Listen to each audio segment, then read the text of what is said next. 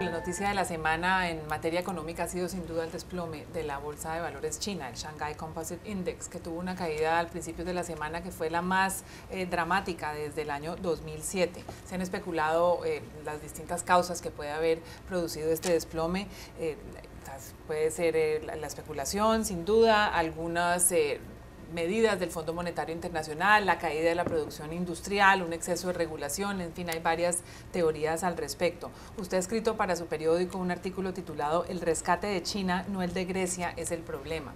En este momento, ¿cómo afecta esta caída a una bolsa que es pequeña? Usted mismo especifica que es una bolsa más pequeña que la española. Sí. ¿Por qué esta caída afecta obviamente a la economía china y al mercado mundial? Bueno, afecta fundamentalmente porque la economía china es la segunda mayor economía del mundo, viene a ser como un séptimo de la economía mundial. La caída de la bolsa afecta sobre todo a los jóvenes, que es la gente que más está invirtiendo en bolsa. Los jóvenes son los que más consumen en China. China está tratando de reorientar su economía, digamos, de la inversión y de la exportación al consumo, que es algo que, por ejemplo, en Europa debería aprender Alemania. Y entonces, digamos que esto lo que va a suponer es que los chinos van a consumir menos.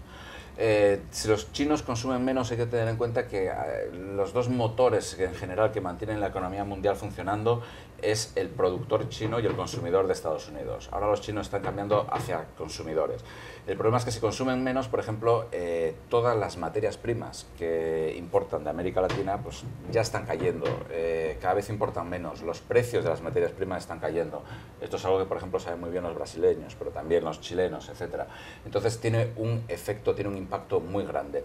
Y al mismo tiempo, la bolsa china es una bolsa muy extraña, muy intervenida por el gobierno, donde prácticamente son todos pequeños inversores, o fundamentalmente pequeños inversores, con lo cual digamos que el impacto se nota todavía más en la población en general. Entonces digamos que va a haber menos crecimiento en China en un momento en el cual el crecimiento en toda la economía mundial se está frenando. Se especula que China tiene que crecer el 7%, que es la cifra que tiene prevista para poder cumplir con sus obligaciones de deuda, y sin embargo la economía no parece estar tan robusta. ¿Logrará China este objetivo para cumplir sus obligaciones? Bueno, yo creo que yo soy de los que opinan que la cifra del crecimiento de China del 7% es mentira. China es un país que ha logrado verdaderas maravillas en materia de estadísticas, como por ejemplo consumir menos energía pero que el PIB siguiera creciendo al 7%.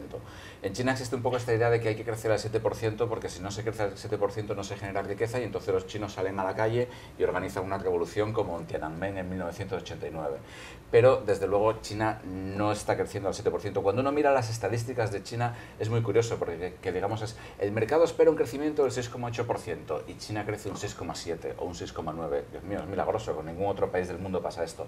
Desde luego yo creo que China está creciendo menos del 5%, pero hay que tener en cuenta también que la población en China no está creciendo, la población en China está envejeciendo muy deprisa por la política del hijo único que han tenido y yo creo que tienen bastante margen para crecer menos, incluso al 4%.